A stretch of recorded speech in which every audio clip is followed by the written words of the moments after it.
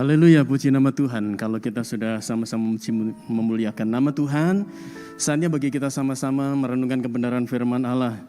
Saya ingin kita baca sama-sama dalam Kisah Rasul pasal yang kelima, ayat yang ke-29. 2, 3. Tetapi Petrus dan rasul-rasul itu menjawab, katanya, kita harus lebih taat kepada Allah daripada kepada manusia. Saya ingin mengangkat satu tema mengenai komitmen. Apa itu komitmen? Mengapa komitmen perlu kita bahas? Secara sederhana, komitmen itu berbicara tentang janji atau keputusan atau tekad yang kuat untuk melakukan yang terbaik. Ya, di dalam studi, pelajar atau mahasiswa, kita perlu apa yang namanya komitmen. Kita berkomitmen, saya harus meraih prestasi, itu komitmen. Saya harus belajar dengan tekun, saya harus berjuang, itu komitmen. Ya. Dan komitmen itu satu keputusan tetapi juga dibarengi dengan tindakan. Di lingkungan pekerjaan, komitmen juga diperlukan. Ketika sebagai karyawan kita berkomitmen, kita berkata, saya harus mempertanggungjawabkan semua tugas dan pekerjaan yang dipercayakan kepada saya. Ya. Semua harus saya selesaikan dengan baik, tepat waktu, itu namanya komitmen. Kemudian yang sudah menginjak dewasa, usia matang untuk siap masuk dalam masa berpacaran, maka mulai berkomitmen, saya harus menjadi seorang pemuda atau pemudi yang memiliki tanggung jawab. Saya harus setia dengan pasangan saya. Ya. Nah, kemudian di dalam hal-hal yang rohani, di dalam hal pelayanan, saya harus setia. Saya harus datang tepat waktu ataupun di jam yang ditentukan untuk latihan, untuk beribadah, untuk pelayanan, ataupun juga masa persiapan. Saya harus datang lebih awal dari jam yang ditentukan. Itu komitmen. Ya. Kalau pemain musik ngulik mempelajari lagu, leader singer mempelajari lagu, saya harus bisa menguasai lagu. Ini komitmen. Ya. Satu keputusan atau satu tekad untuk melakukan yang terbaik, itu komitmen. Ya. Nah, sekarang kenapa sih kita harus membahas komitmen? Karena begini sih, rekan-rekan muda, orang yang berkomitmen, orang itu ketika mengerjakan sesuatu, itu tidak lagi asal-asalan. Ya, kalau saya lagi mood, oke lah. Ya, kalau bad mood, males. Itu artinya engkau tidak punya komitmen. Kalau engkau memiliki komitmen, situasinya seperti apa, keadaannya seperti apa, suasana hati seperti apa, itu akan tetap full power, akan tetap bertanggung jawab, akan tetap melakukan semuanya dengan baik. Berusaha melakukan yang terbaik, walaupun mungkin sedang sedih hati, walaupun mungkin sedang ada masalah, walaupun mungkin sedang ada pergumulan. Tetapi orang yang berkomitmen, dia akan sungguh-sungguh dan bertanggung jawab untuk setiap tugas yang dia kerjakan, untuk setiap pelayanan yang dipercayakan. Ya, jadi orang yang berkomitmen akan berusaha berjuang sedemikian rupa, mencurahkan hatinya, energinya, kekuatannya untuk melakukan yang terbaik. Nah, saya ingin memberi contoh beberapa tokoh di dalam Alkitab tentang mereka-mereka yang punya komitmen. Yang pertama kita ketemu dengan sosok yang bernama Yusuf. Yusuf berkomitmen untuk hidup benar di hadapan Allah apapun yang terjadi. Walaupun kita tidak mendengar atau membaca bahwa Yusuf membangun komitmen itu, tetapi dari gaya hidupnya, dari perjalanan hidupnya, track record sejarah kehidupannya, kita bisa lihat ternyata dia memang membangun sebuah komitmen untuk tetap hidup benar di hadapan Allah. Betapa pentingnya hidupmu, anak-anak muda, engkau punya komitmen untuk tetap hidup benar di hadapan Allah. Apapun yang terjadi, apapun yang sedang menekan, selalu dan selalu di berbagai tempat, di berbagai peristiwa, entah di rumah Potifar, entah di dalam penjara, dikatakan Tuhan selalu membuat Yusuf berhasil dari setiap apapun yang dikerjakannya. Kenapa Tuhan membuat berhasil? Karena Yusuf selalu memiliki dan memelihara komitmennya untuk tetap hidup dalam kebenaran. Makanya komunikasinya dengan Allah begitu baik. Dan Allah tidak tinggal diam. Yusuf berkomitmen untuk tetap menjaga kekudusan. Di rumah Potifar, istri Potifar mengajak dia untuk berbuat dosa. Tapi Yusuf akhirnya lari. Dia tahu kalau dia tidak lari, maka dia akan jatuh dalam dosa. Ya. Yusuf menjaga hidupnya. Dia tidak membalas kejahatan dengan kejahatan. Itu juga komitmen. Karena ketika saudara-saudara berbuat jahat, bahkan kalau menjual, artinya Yusuf tidak ada harganya di hadapan saudaranya. Setega itu saudaranya. Tetapi Yusuf tidak melakukan hal yang sama. Justru ketika dia menjadi orang kedua di Mesir dan dia lihat saudaranya, kita tahu Yusuf tetap menjaga komitmennya untuk tetap membalas kejahatan dengan kebaikan. Untuk tetap menabur kebaikan. Jadi lihat, ketika di dalam segala situasi, bahkan saat dia menikmati keberhasilan, kesuksesan menjadi orang kedua di Mesir, dia tetap menjaga hidupnya, hubungannya dengan Tuhan. Nah, kemudian yang kedua, Daniel. Daniel, kalau kita lihat dalam Daniel pasal pertama, Daniel diberi santapan yang sudah lebih dahulu dipersembahkan kepada berhala. Daniel memutuskan, saya tidak akan makan makanan yang sudah dipersembahkan kepada berhala. Daniel tidak ingin menajiskan dengan makanan-makanan yang seperti itu. Daniel tahu hidupnya. Daniel bahkan kalau kita baca, coba di dalam Daniel pasal yang ke-5, ayat yang ke-12. Daniel 5, ayat yang ke-12. Karena pada orang itu ini ditujukan kepada Daniel. Terdapat roh yang luar biasa dan pengetahuan dan akal budi sehingga dapat menerangkan mimpi, menyingkapkan hal-hal yang tersembunyi dan menguraikan kekusutan, yakni pada Daniel yang dinamai Belshazzar oleh raja. Baiklah, sekarang Daniel dipanggil dan ia akan memberitahukan maknanya. Saudara lihat, ketika Daniel ini dicatat memiliki roh yang luar biasa dan pengetahuan dan akal budi yang luar biasa, pertanyaannya adalah apakah Daniel tidak perlu belajar lagi, tidak perlu memiliki pengetahuan-pengetahuan tentang ketatanegaraan, ya? Karena di sini dicatat Daniel ini memiliki roh yang luar biasa. Karena hubungan kedekatannya dengan Allah. Bahkan dia 3 kali sehari dia selalu berlutut berdoa menyembah kepada Allahnya. Ya, kepada Allah yang hidup, Allah yang kita sembah juga saudara. Dan lihat di dalam ayat ini di sana dikatakan bagaimana Daniel ini diberi hikmat, diberi pengetahuan, roh yang luar biasa. Apakah Daniel tidak perlu belajar? Saudara, memang Allah bekerja, tetapi bukan berarti kita tidak melakukan apa-apa. Daniel tidak melakukan apa-apa, walaupun tidak dicatat pengetahuan Daniel. Kalau saudara baca di dalam Daniel pasal 1, Daniel ini dididik dengan pengetahuan-pengetahuan ketatanegaraan. Jadi artinya kalau Daniel dicatat melebihi para menteri yang lain, itu memang karena Daniel berkomitmen untuk bertekun dalam belajar. Daniel berjuang untuk mempelajari hukum ketatanegaraan yang ada dengan baik. Dan Allah menyempurnakan pengetahuan Daniel. Ya. Jadi bukan berarti ketika engkau sedang setia dengan Tuhan, dalam pelayananmu kepada Tuhan, engkau tidak perlu belajar. Salah.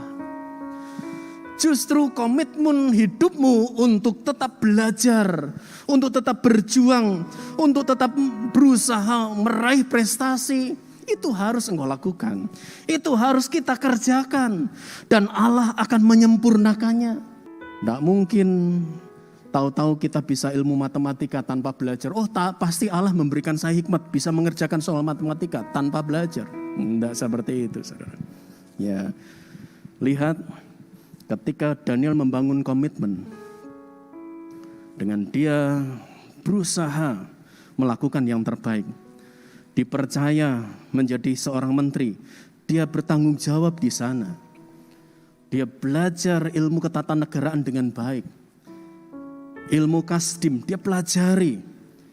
Dan Tuhan memberikan hikmat kepadanya. Karena itu kita harus terus membangun komitmen dalam hubungan kita dengan Tuhan maupun komitmen kita di dalam aktivitas yang kita lakukan sebagai pelajar, sebagai mahasiswa, atau sebagai pegawai atau karyawan, atau sebagai pelayan Tuhan. Yang berikutnya, komitmen Daud. Ya, Daud ini tercatat bagaimana 7 kali sehari dia memuji Tuhan. Artinya dia selalu menggunakan waktunya untuk selalu memberi pujian penyembahan kepada Tuhan. Bahkan dia juga selalu merenungkan firman itu. Kalau kita baca di dalam Mazmur-Mazmur yang ada, bagaimana Daud mengungkapkan bahwa firman Allah itu menjadi satu kegirangan di hatinya. Seperti pengawal merindukan pagi, seperti itu kerinduan Daud akan hadirat Tuhan, akan merenungkan firman Allah sampai ketemu firman Allah ini maksudnya apa. Dia begitu rindu untuk selalu menggali kebenaran firman Allah. Itu sebuah komitmen. Komitmen yang dibangun dalam hubungannya dengan Tuhan. Kemudian kita ketemu juga dengan Sadrah, Mesakh, Abednego, Hananya, Misael, Asaria. Ya. Yang hidup juga ada di masa Daniel. Dan singkat cerita ada tantangan di depan mereka. Walaupun tadinya mereka menjadi seorang bupati, tetapi di lain kesempatan ketika raja membuat sebuah patung, maka mereka harus sujud menyembah. Tetapi ketika orang ini tidak melakukannya, kemudian sampai di hadapan raja, kalau sampai kedengaran bunyi-bunyian yang berikutnya, kalian tidak menyembah, dapur api, mati, taruhannya nyawa. Lihat, dari sejak mereka sebelum ditawan, mereka berkomitmen untuk hanya sujud menyembah kepada Allah yang mereka percayai. Maka sampai dengan mereka berada di tempat itu, walaupun dengan ancaman dapur api dipanaskan 7 kali, mereka berkata, kami tidak akan menyembah patung buatan Tuanku Raja. Ini sebuah komitmen. Betapa pentingnya rekan-rekan muda, engkau sebagai anak muda mulai membangun komitmen, apalagi dalam hal iman percayamu kepada Tuhan. Komitmen untuk tidak bisa dipengaruhi oleh apapun, bahkan ancaman nyawa sekalipun, engkau tetap berkata, saya hanya mau menyembah Tuhan. Saya hanya mau menjadikan Yesus sebagai Tuhan saya satu-satunya dan untuk selama-lamanya. Ini sebuah komitmen yang luar biasa. Karena sampai mereka diikat, sampai mereka dilempar, komitmen itu yang membuat mereka akhirnya berjalan di dapur api bersama dengan Allah. Komitmen yang engkau bangun, apalagi dengan dasar komitmen itu, engkau mendasarinya karena iman percayamu kepada Tuhan. Tuhan menghargai komitmen yang seperti itu. Berharga dari setiap apapun yang engkau bangun. Dalam hal-hal rohani, dalam hal sekuler pun, Tuhan juga akan bekerja di sana. Tanpa memiliki komitmen yang kuat. Ya. Maka mereka-mereka ini tidak akan pernah bisa bertahan. Di tengah-tengah tekanan, ancaman, bahkan juga taruhan nyawa sekalipun. Komitmen yang kuat yang mereka bangun itulah yang membuat mereka bisa menikmati bagaimana Tuhan campur tangan. Ada saat-saat hidupmu mungkin hari-hari ini diperhadapkan kepada situasi yang serba sulit. Tetapi disitulah saat-saat Tuhan ingin komitmenmu tetap engkau pertahankan. Mau tetap mempercayai Tuhan atau menyerah. Mau tetap berkata, saya mau tetap bertahan. Saya mau tetap menjaga keyakinan dan iman saya. Engkau mau bertahan dan berkata, saya mau tetap berjuang. Saya pasti menjadi pelajar yang berhasil. Saya pasti menjadi murid yang berhasil. Saya pasti menjadi mahasiswa yang berhasil. Saya pasti menjadi karyawan pegawai yang berhasil. Bahkan Tuhan promosikan saya. Saya harus tetap bertanggung jawab. Saya harus tetap berjuang. Situasi tidak memungkinkan, tetapi selalu ada mungkin bagi Tuhan. Ya. Miliki komitmen yang kuat. Ketika komitmen yang kuat engkau bangun, Tuhan campur tangan di sana. Tuhan memberkati komitmen yang engkau bangun. Karena setiap apapun yang engkau upayakan, untuk setiap aktivitas kegiatan yang engkau lakukan, semua engkau tahu bahwa itu anugerah Tuhan dan aku harus membangun komitmen di sana. Tuhan akan bekerja dan memberkatinya. Apalagi untuk hal-hal yang berhubungan dengan rohani, dan itu dalam pelayanan. Ketika engkau berkomitmen, saya mau setia, saya mau bertanggung jawab, saya mau taat, saya mau hidup saya menjadi berkat. Ya. Engkau akan melihat Tuhan akan berkarya luar biasa. Dan terakhir yang saya ingin beri penekanan adalah komitmen terhadap diri sendiri. Komitmen pribadi artinya begini. Ketika engkau mulai menyadari hidupmu semua karena anugerah Tuhan dan engkau berkata, saya mulai sekarang berkomitmen, saya harus berubah. Saya harus berubah, saya harus bertumbuh, dan saya harus berbuah. Itu komitmen. Dan komitmen yang engkau bangun dan engkau perjuangkan, engkau bertekad, engkau berjerih lelah untuk itu. Engkau berjuang di sana dengan doa, dengan ketekunanmu atas firman Allah, dengan ketekunanmu dalam pelayanan, tanggung jawab engkau lakukan, bahkan juga sampai engkau bisa belajar menjadi pelaku-pelaku firman Allah. Tuhan akan bekerja luar biasa. Komitmen yang kau bangun itu akan membuat engkau menikmati janji-janji yang nyata dalam hidupmu. Engkau akan melihat tangan Tuhan bekerja luar biasa. Saya tutup di Lukas 9 ayat yang ke-57 sampai 62. Tetapi saya mau baca di ayat 62 saja. Lukas pasal yang ke-9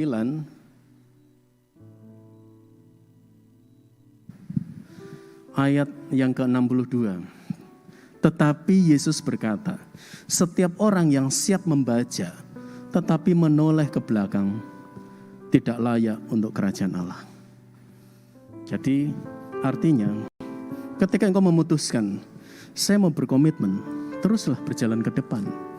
Bahkan lakukan seperti Paulus, aku berlari sedemikian rupa. Aku melatih tubuhku sedemikian rupa. Supaya setelah aku memberitakan Injil, aku jangan ditolak. Artinya dia ingin komitmen yang dia bangun harus sampai goal. Harus mencapai goal, harus mencapai sasaran. Harus mencapai apa yang dia komitmenkan. Dan inti dari semuanya adalah ketika seseorang membangun komitmen dengan dasar kasih, setia, dan tanggung jawab, maka dia akan selalu berjuang. Dia tidak akan menyerah. Dia akan terus berusaha. Dia akan terus berkata, saya mau tetap setia Tuhan. Saya mau tetap mempertahankan kasih saya kepadamu Tuhan. Saya mau tetap bertanggung jawab untuk setiap apapun yang Kau percayakan Tuhan. Bahkan saat-saat ketika berada dalam tindasan ataupun saat-saat dalam keberkatan atau keberhasilan, saya mau tetap pelihara komitmen ini. Jadilah orang-orang yang menikmati janji-janji Tuhan dan berkat-berkatnya. Karena sampai dengan hari ini, engkau mempertahankan komitmen. Kita sama-sama angkat pujian. Ku ingin setia. Ku ingin setia melayanimu Tuhan dengan segenap jiwa dan ragaku. Ku ingin selalu menyembahmu Yesus dengan segenap hati. Ku ingin setia, ku ingin setia melayanimu Tuhan dengan segenap jiwa dan ragaku. Ku ingin selalu menyembah-Mu Yesus, dengan segenap hati. Ku ingin setia, ku ingin setia melayani-Mu Tuhan, dengan segenap jiwa dan ragaku. Ku ingin selalu menyembah-Mu Yesus, dengan segenap hati. Ku ingin setia,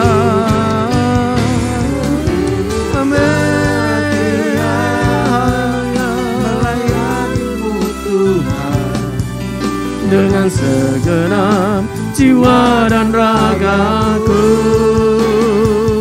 Ku ingin selalu menyembah-Mu Yesus, dengan segenap hatiku. Melayani Tuhan itu tidak selalu harus di atas mimbar. Melayani Tuhan adalah satu panggilan sejak saudara dipanggil menjadi milik Tuhan.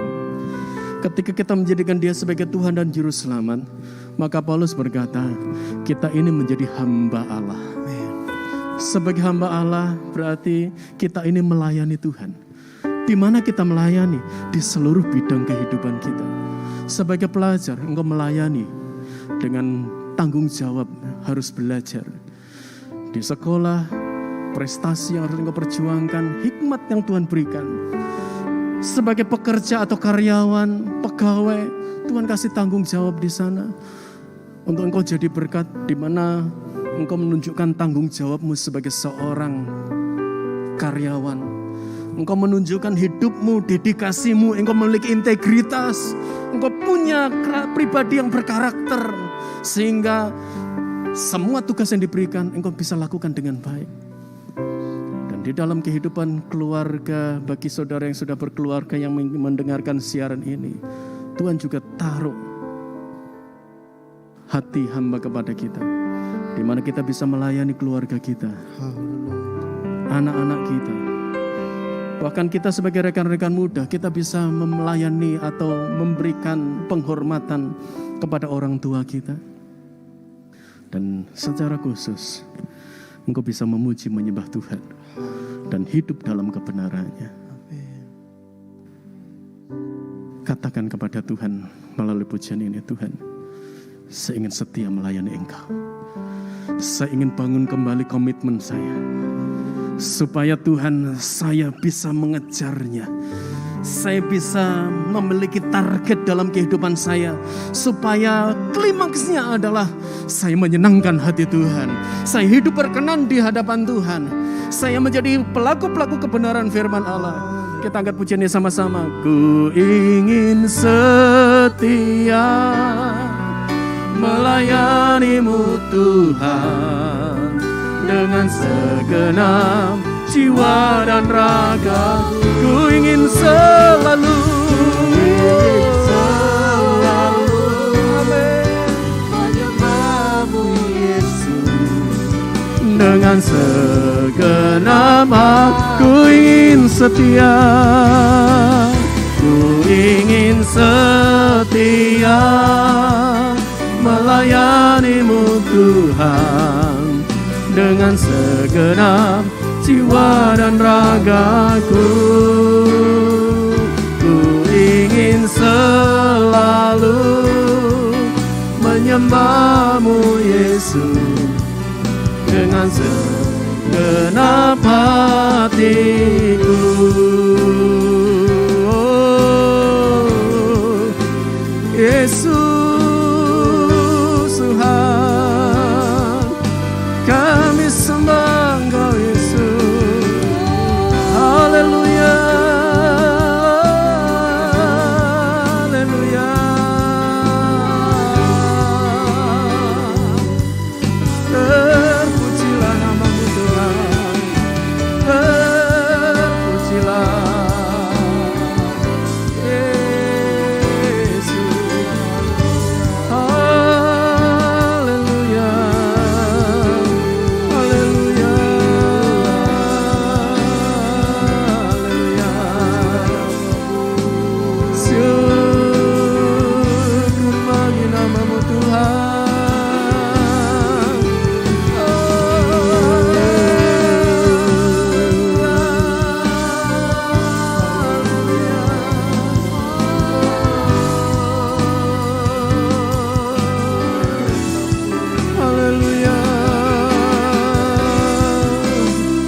Mari sama-sama nyatakan, ku ingin setia.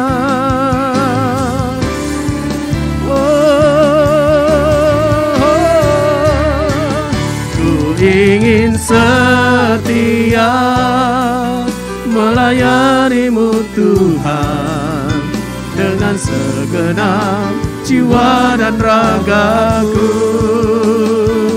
Ku ingin selalu menyembahmu Yesus dengan segenap hati, dengan segenap hatiku, segenap hati, dengan segenap hatiku, dengan segenap hatiku. Ini kerinduan hati kami ya Bapa.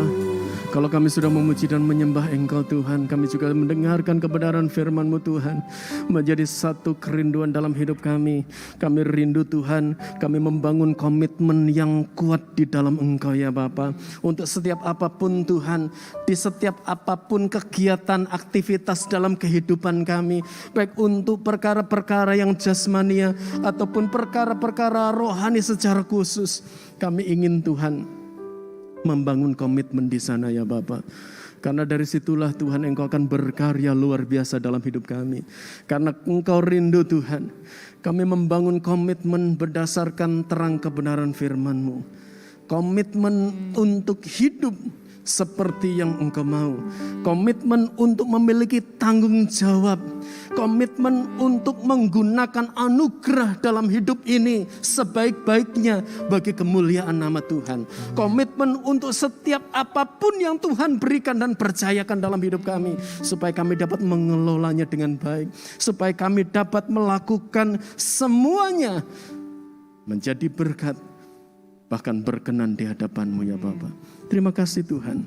Bahkan secara khusus di dalam pelayanan pun Tuhan, kami ingin belajar membangun komitmen yang sungguh sesuai dengan kehendak-Mu dalam hidup kami. Apapun kepercayaan Tuhan berikan, kami mau melakukannya dengan segenap hati kami, dengan segenap jiwa kami, dengan segenap akal budi kami Tuhan.